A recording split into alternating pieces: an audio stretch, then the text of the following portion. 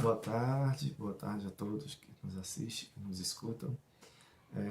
É com gratidão que estou aqui para utilizar da palavra para falar sobre o Evangelho. Agradeço ao Grupo Espírita Fabiano de Cristo pela oportunidade e também um abraço para a cidade de Cáceres, no Mato Grosso. Então a gente vai falar um pouquinho sobre a carta de Paulo, a primeira carta de Paulo, capítulo 6, versículo 12, que diz o seguinte: tudo me é permitido, mas nem tudo convém. Então a gente vai trazer uma reflexão, uma análise dentro do contexto. O que Paulo quis nos trazer quando ele nos diz que tudo é permitido, dependendo da tradução, tudo me é lícito, mas nem tudo convém. E logo depois desse ensinamento de Paulo, ele em seguida vem e nos diz: tudo me é permitido, mas eu não deixarei que nada domine. Então a gente vai vendo aí a questão da permissão, da liberdade, do autocontrole, quando ele diz que eu não deixarei que nada me domine. Então a gente vai falar um pouquinho sobre esse livre-arbítrio que nós possuímos, também sobre conhecimento, porque quanto mais conhecimento, quanto mais discernimento, mais livre-arbítrio, mais liberdade e também mais responsabilidade nós possuímos. E também sobre autoconhecimento.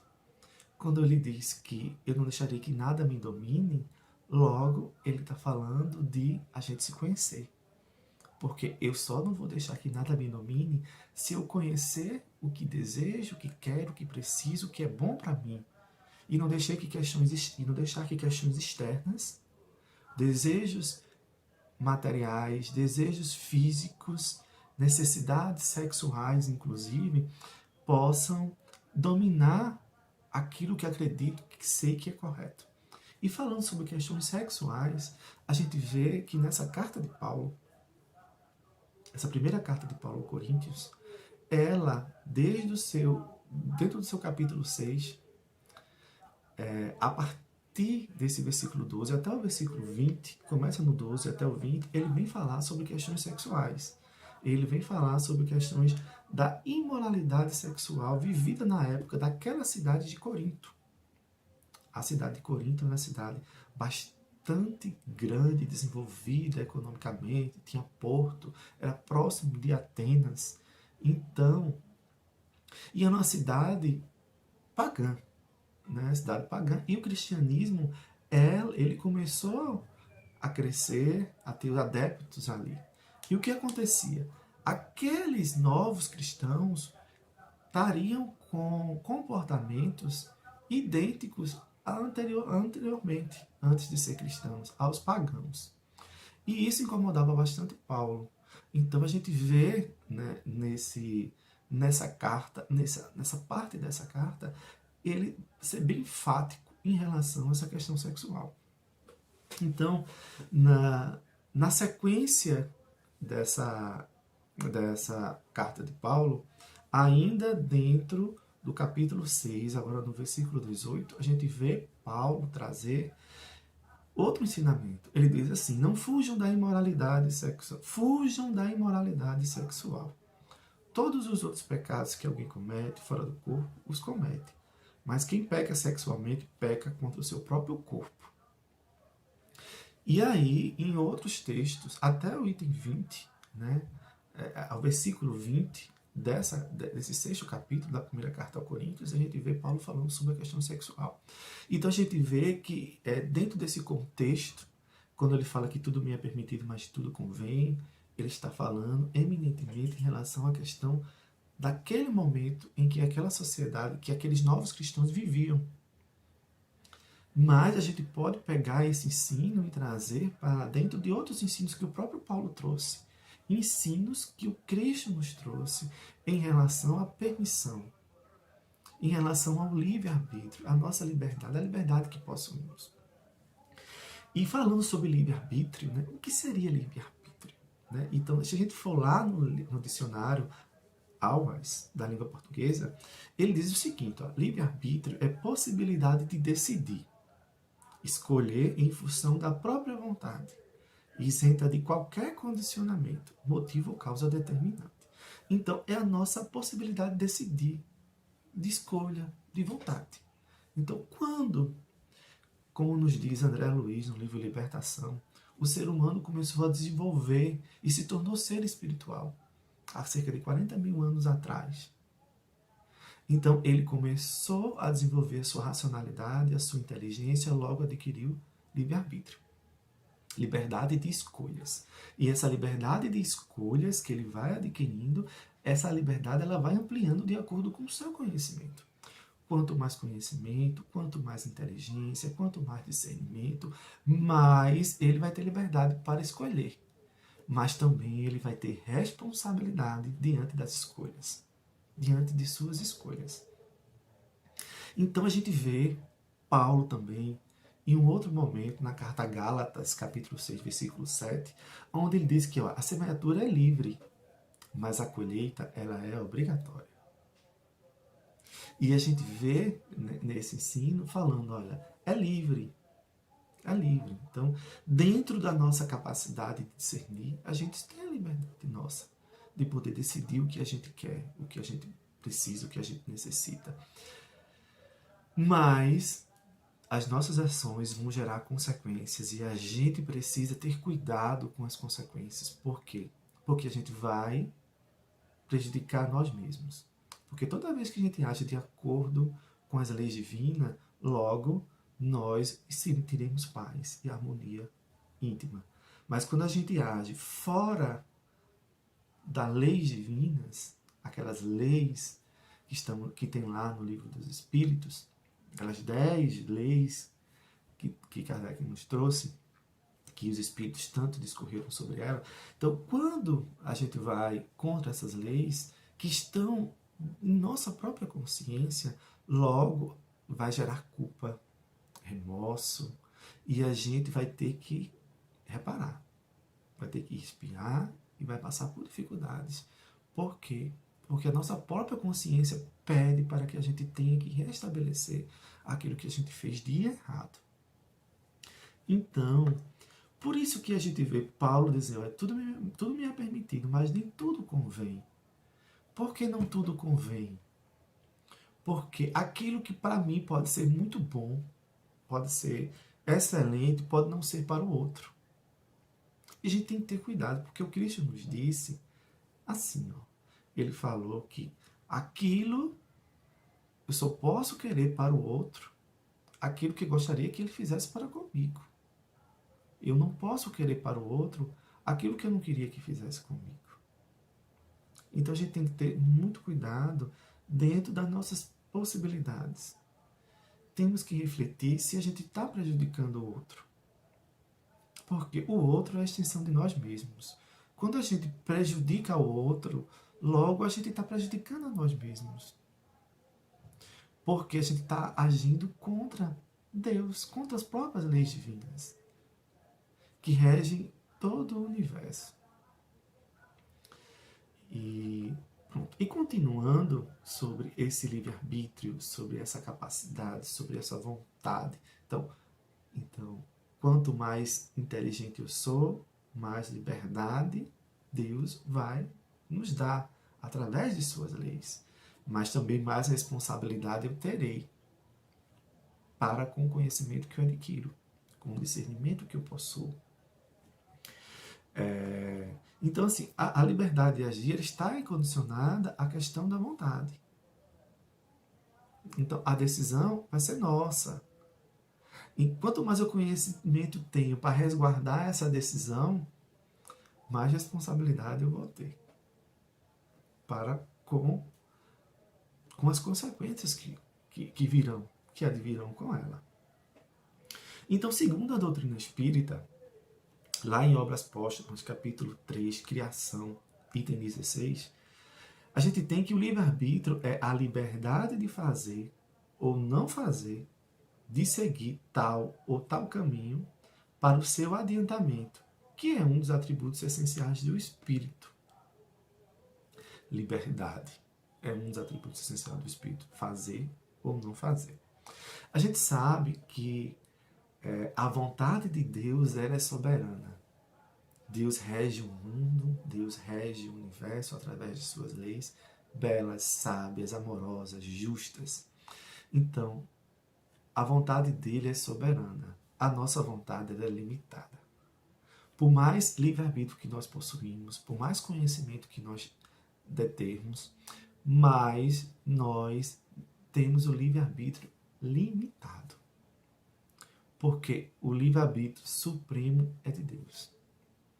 Então, se a gente quer algo, quer fazer algo, mas se Deus compreende que eu não deveria realizar, que eu não deveria fazer, por mais que eu queira, que eu busque, eu não conseguirei, porque a vontade dele é sempre soberana. Mas nós temos o nosso livre-arbítrio, ele vai se ampliando, vai se ampliando. E de acordo com o que conheço, de acordo com o que discerno, ele nos dá essa liberdade, para que a gente escolha. Então, quanto mais desenvolvido, mais liberdade eu vou ter. Mas essa liberdade, ela nunca é completa. Por quê? Deus que está no comando. E por mais que a gente queira, né, nós somos responsáveis pelos nossos atos, pelos nossos comportamentos, pelas nossas atitudes. Somos sempre. Mas a gente tem que ter a humildade de reconhecer que existe um Pai sábio, justo e amoroso. Que tudo que acontece nesse universo acontece por permissão dele. Não podemos dizer pela vontade dele, porque nós temos que utilizar a nossa vontade. Né? Mas ele permite sempre que algo venha acontecer nesse mundo, inclusive com essa pandemia que a gente está vivenciando neste momento. Nós estamos passando por isso porque Deus permitiu que isso acontecesse. Permitiu por quê? Porque sempre que Deus permite algo que aconteça, por mais desastroso, por mais dificuldades, por mais sofrimento que a gente enxergue imediatamente, é para que o bem prevaleça no futuro. É para que o amor brote no coração do ser humano, da humanidade, da sociedade. Porque tudo que acontece diante de nós, por mais difíceis que seja, tanto no nosso campo íntimo, pessoal, quanto no coletivo, é porque Deus quer que a gente aprenda a amar. Se a gente não consegue enxergar, compreender, temos que ter a resignação de aceitar os desígnios divinos, mesmo sem compreendê-los ainda, e segui-lo. Seguir firme e forte em busca da caridade, em busca da prática do bem, do servir e ajudar o próximo. Sem interesses escusos, sem interesses que não seja aquele de servir, de ajudar, de amparar, sem querer nada em troca. Essa capacidade de doação que a gente vem desenvolvendo pouco a pouco, de acordo com os séculos, de acordo com os milênios, de acordo com as reencarnações, a gente vai galgando pouco a pouco, porque a natureza ela não dá saltos. Então a gente não vai partir de seres imperfeitos que ainda somos para ser perfectíveis, perfeitos. Isso é gradual. Então a gente precisa se conhecer, precisa compreender o que somos, o que pensamos, o que sentimos, para que pouco a pouco a gente vá melhorando e vá vencendo a matéria que nos constrange muitas vezes com desejos escusos através da vaidade, do orgulho, da ambição, do ciúme, dos excessos de alimentação, dos excessos sexuais. Então tudo isso a gente vai buscando pouco a pouco galgar a vitória sobre nós mesmos. E aí, falando sobre conhecimento, sobre autoconhecimento, a gente tem lá em João, capítulo 8, versículo 32, onde Jesus diz, olha, conhecereis a verdade e a verdade vos libertará. Então, ele diz que a liberdade está condicionada ao conhecimento e ao conhecimento da verdade. Então, que conhecimento é esse? Que verdade é essa? E esse conhecimento é o conhecimento sobre nós mesmos, é o conhecimento sobre a vida, é o conhecimento que a gente precisa desenvolver do autoconhecimento e saber que verdade é essa. No Cristo, né, ele nos disse que ele é o caminho, ele é a verdade, ele é a vida. Então, ele é o nosso guia. Ele é o nosso modelo. Ele está ali para nos mostrar como devemos proceder. Mas quem deve proceder somos nós. Quem deve caminhar somos nós. Os passos têm que ser dados por nós. Então, a gente precisa conhecer a verdade. E que verdade é essa? A verdade é a verdade de quem nós somos, do que nós sentimos, de nossas possibilidades de desenvolver o amor. Porque nós somos centelha divina, o amor pulsa em nós temos a capacidade inata de amar, mas ainda muito pouco desenvolvida pela maioria entre os seres humanos, pela própria capacidade do mundo que a gente vive de provas e expiações. E o amor está em nós. E a grande verdade é amar a Deus sobre todas as coisas e ao próximo como a nós mesmos. Amar a Deus sobre todas as coisas e ao próximo como a nós mesmos. A gente está falando de amor. A gente precisa concomitantemente amar a si, amar o próximo, amar a Deus. É essa tríade que a gente precisa desenvolver. Nós, como amamos o outro, nós amamos a nós mesmos e amamos a Deus. Nós, como amamos a Deus, nós estamos amando a nós mesmos e amando o outro. Nós, como amamos a nós mesmos, nós estamos amando o outro. Então, é uma tríade que a gente vai desenvolver através do conhecimento da verdade que possuímos. A verdade que precisa ser desenvolvida em nós. Que o amor está em nós. Ele pulsa, é como a semente que está ali, que vai germinar, que vai crescer, que vai dar flores, que vai dar frutos, mas que precisa de trabalho, de dedicação, que precisa de esforço, precisa ser adubada, aguada, ela precisa do sol, precisa da chuva, para que venha crescer, desenvolver e trazer os frutos. Nós somos assim. Nós temos essa centelha divina, esse amor patente dentro de nós. Então a gente precisa conhecer quem nós somos, pouco a pouco, ir transformando as nossas imperfeições, vaidade, orgulho, prepotência, egoísmo, em humildade, em caridade, em serviço ao próximo, em ser útil, porque é a prática da caridade que é o fruto que a gente vai deixar aqui na Terra quando a gente partir para o retorno à pátria espiritual. Então, quando Cristo nos diz conheceis a verdade e a verdade os libertará, ele está falando de liberdade, de libertação. E a gente está falando de livre-arbítrio, liberdade. Então, o nosso livre-arbítrio, ele está diretamente relacionado à nossa capacidade de conhecimento, de autoconhecimento, de desenvolvimento do amor em nós. Porque a liberdade vai estar quando eu amar. Quando eu desenvolver o amor em mim, o amor ao outro, o amor a Deus de maneira profunda, de maneira grandiosa, nós iremos nos libertar. Então, eu vou deixar de me preocupar com o ego que ainda possuo e vou transformar esse ego, pouco a pouco, no eu, no espiritual, naquilo que desenvolve, que cresce, que busca Deus. Então a gente vê nesse conhecimento dessa verdade que liberta, que a gente precisa desenvolver a caridade. Precisa desenvolver o amor. A caridade é o amor em ação.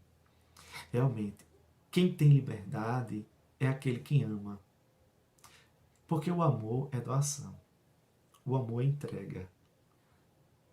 Quando a gente ama algo ou alguém, logo, a gente não quer que aquela pessoa fique presa a nós. A gente quer que aquela pessoa cresça, progrida, crie asas e voe e desenvolva. Então, a liberdade, ela faz com que a gente crie asas que nos liberte, que nos cresça.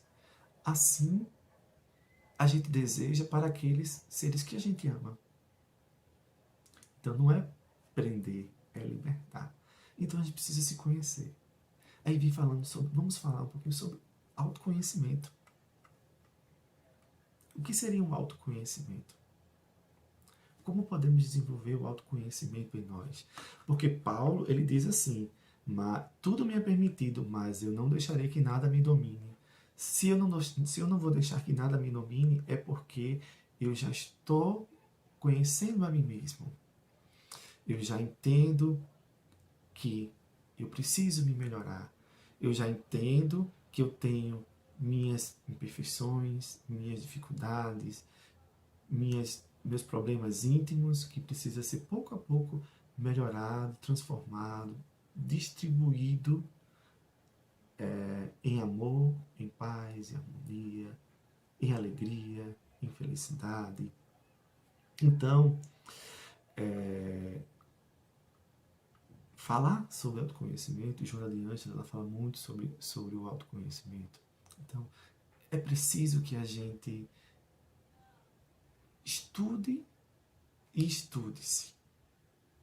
É preciso que a gente busque pouco a pouco refletir sobre nossas vidas. Lá como Santo Agostinho nos traz, no Evangelho segundo o Espiritismo, que ele diz o seguinte, ó, no Livro dos Espíritos, que ele diz que todos os dias, à noite, ele fazia uma reflexão sobre o seu dia, escrevia aquilo que ele tinha feito de correto, aquilo que ele não tinha feito, aquilo, se ele deixou, se ele fez alguém sofrer, se ele causou mal a alguém, então ele vai ali, escreve, coloca no papel, para ele refletir, analisar, para que no próximo dia ele tenha uma conduta diferente. Então, a gente vive numa correria no dia a dia, a gente vive num momento difícil devido à pandemia, mas essa pandemia trouxe uma coisa muito interessante, né? Ela obrigou a que a grande maioria das pessoas, claro, com exceção daquelas pessoas que precisam, que são trabalhos essenciais, que não podem parar, mas ela fez com que houvesse um distanciamento social e que o ser humano ficasse dentro do seu lar. Inclusive, ficou o ser humano proibido até de frequentar o seu culto religioso e passou a participar através de lives, através da internet e plataformas digitais, mas o contato foi diminuído. Então houve esse isolamento. E a gente tem que refletir um pouquinho, né? Porque se Deus tudo permite para o fim providencial, que é para o amor, que é para o desenvolvimento das virtudes, para o melhoramento da sociedade. Então, se Ele permitiu que a gente ficasse mais isolados neste momento, é porque Ele está querendo que a gente faça as reflexões, faça análise. A vida é tão corrida, né? A gente tem tantas coisas para fazer durante o dia e a gente precisa ter esse cuidado, né? E essa pandemia nos trouxe isso. Ficar mais em casa, pensar mais, refletir mais, ver o que realmente é importante em nossas vidas, ver o que é realmente essencial. Família, amigos, a simplicidade de um abraço, de um aconchego, do calor humano. Então, eu vejo essa pandemia, apesar de tanta dor, tanto sofrimento, tantas dificuldades, mas a gente tem que olhar em ângulos diferentes. Nós espíritas, nós que temos o conhecimento tão mais aprofundado sobre as verdades espirituais, sobre aquilo que o Cristo nos trouxe, que os espíritos superiores vêm ampliar e tirar um véu que muitas vezes que o Senhor Cristo nos deixou através de suas parábolas, a gente tem que chegar para o outro lado. E a gente tem que ver o que Deus quer da gente nesse momento. Que a gente faça mais o bem, pratique mais a caridade, se recolha, reflita mais sobre nossas atitudes, sobre os nossos comportamentos. E a gente vê essa necessidade de reflexão. A gente precisa refletir mais, parar 10 minutinhos, 5 minutinhos durante o dia e refletir como foi o meu dia, o que eu fiz, o que pensei, o que senti, magoei alguém, eu preciso reaver os meus conceitos, eu preciso retificar situações que eu cometi e que não foram corretas, eu preciso ratificar e ampliar aquilo que eu fiz de maneira correta. Então, são coisas que esse momento que a gente vive de isolamento social, de a gente estar constrangido dentro dos nossos lares, é uma oportunidade de maior análise, de maior reflexão, de maior busca de melhoria íntima, para que a gente possa fazer o melhor, o bem, desenvolva o belo em nós. Então, assim, falar sobre livre-arbítrio, falar sobre essa liberdade, como a gente já viu, nós temos a liberdade e ela é enorme, mas ela é limitada, nós temos nossa limitação, cada um de nós, porque a grande vontade é de Deus, então Deus comanda tudo. Então, por mais que a gente queira, Deus comanda tudo. Então tem coisas que a gente vai querer nesta vida e a gente não vai conseguir, porque não é o melhor para nós e Deus não permite que aconteça. Já para muitas outras, Deus permite que a gente faça. E também, devido à sua justiça e também à sua bondade, a gente vai arcar com as consequências de nossos atos, sejam eles bons ou sejam eles ruins. Se for bom, paz, harmonia, equilíbrio, felicidade, que é o desejo íntimo, que é a vontade sempre de servir, de amparar, de ajudar o próximo. Se eu for contra a lei divina, se eu for egoísta, se eu for vaidoso, se eu for orgulhoso, prepotente, se eu agir contra essas leis, logo a minha consciência vai pulsar, logo eu vou precisar reparar. Se não for nessa vida, vai ser em outra vida. Não é castigo. É a nossa própria consciência, onde estão as leis divinas, que pede para que a gente se melhore, que a gente busque fazer sempre o bem. E quando a gente curva, quando a gente não segue esse caminho reto, a gente segue essas curvas que a vida, muitas vezes, a gente se deixa levar, nós temos que retornar ao caminho reto. E a reencarnação, ela funciona para isso, né? Para que a gente venha desenvolver, progredir, crescer como ser humano, reparar erros do passado e provar situações para crescer e progredir cada vez mais. Então, o livre-arbítrio ele se amplia de acordo com o conhecimento que a gente possui, com a inteligência desenvolvida, e a gente falou que gera responsabilidade. Então, pensando em nós, espíritas, pensando no conhecimento que a gente possui, a conexão com a espiritualidade, né, na casa espírita que a gente frequenta, que tem a espiritualidade que vem, nos traz conforto, consolo, ensinamentos, reflexões. Então, e a gente vê as obras de Kardec, as obras de André Luiz, de Chico, de Divaldo Franco. Então, a gente tem muito mais responsabilidade pelo conhecimento que a gente possui. E a gente volta lá para Jesus, lá no Evangelho, Marcos, quando no capítulo 8, versículo 36, ele diz assim: pois que adianta o homem ganhar o mundo inteiro e perder sua alma? Do que adianta o homem ganhar o mundo inteiro e perder sua alma? Então, se a gente tem muito conhecimento, e esse conhecimento gera possibilidades, liberdade e que gera responsabilidade. Mas do que adianta ter conhecimento, ter riquezas materiais, ter riquezas da saúde, mas se eu não utilizo bem,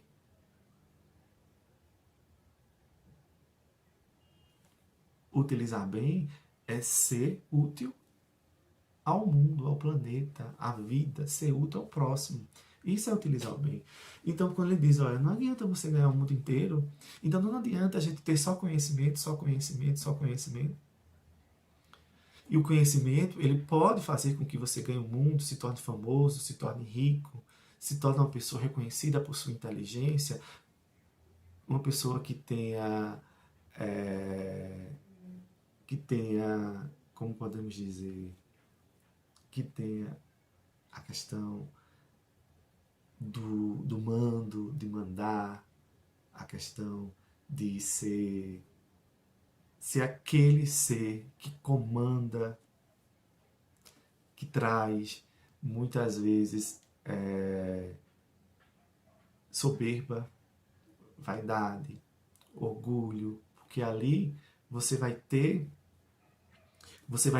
esse ímpeto de se achar melhor do que o outro, de achar que você é um ser privilegiado, não sabendo ou não compreendendo, ou não discernindo, não refletindo, que Tudo que a gente vivencia aqui na Terra, ele é passageiro, é transeunte. Então, se ora eu comando, eu chefio, no futuro eu posso ser um subordinado. Então a gente vê hoje gestores públicos, muitas vezes, políticos, empresários, cientistas, muito vaidosos, muito orgulhosos, muito prepotentes, muitas vezes, não tendo a real compreensão da beleza daquilo que ele veio fazer. Um gestor público, aonde ele vem cuidar da sociedade, cuidar do outro, cuidar do próximo, cuidar da coletividade. E muitas vezes se perde através da ganância, da riqueza, corrupção, e esquecem que estão ganhando, podem estar ganhando o mundo, mas estão perdendo a si mesmo. O perder na sua alma é perder a si mesmo, é ir contrário às leis divinas e sabendo ou não sabendo que vão ter que arcar com as consequências. A culpa vai bater um dia e um dia vai sofrer muito para reparar. Então, já chegando ao finalzinho da nossa conversa, do nosso diálogo, vamos orar, né? Vamos orar mais, vamos pedir mais a Deus, vamos pedir a espiritualidade superior ao nosso Mestre Jesus, que nos dê discernimento, né? Que possamos buscar conhecimento, mas que possamos refletir sobre nossas vidas, refletir sobre nossas ações, para que a gente possa fazer o bem, para que a gente possa agir dentro de nossas capacidades ainda tão pequenas, agir de acordo com as leis de Deus, de acordo com as leis divinas. E também vamos orar pelo nosso país, vamos orar pelos nossos políticos, pelos gestores públicos, pelos administradores dos bens comuns, que eles são seres extremamente responsáveis e que, se agirem contrário àquilo que as próprias leis humanas já trazem e que as leis divinas nos trazem, vão ter que arcar com a consequência dos seus atos. Então vamos orar mais, refletir mais, pensar mais. E dentro dessa nossa conversa, né, desse nosso diálogo, eu quero agradecer mais uma vez a oportunidade dessas reflexões e dizer, né, que repetir mais uma vez esse ensinamento de Paulo: tudo me é permitido, mas nem tudo convém. Nem tudo convém. Vamos pensar e refletir que para convir, para que a gente possa realmente agir de acordo com a nossa própria consciência. Não existe nada melhor nessa vida do que ter paz. Nada melhor nessa vida do que fazer o que é certo, o que é correto. E quando a gente pensa, a gente reflete, a gente analisa, não age por impulso, logo as chances de a gente agir de maneira correta são muito maiores, são muito mais significantes.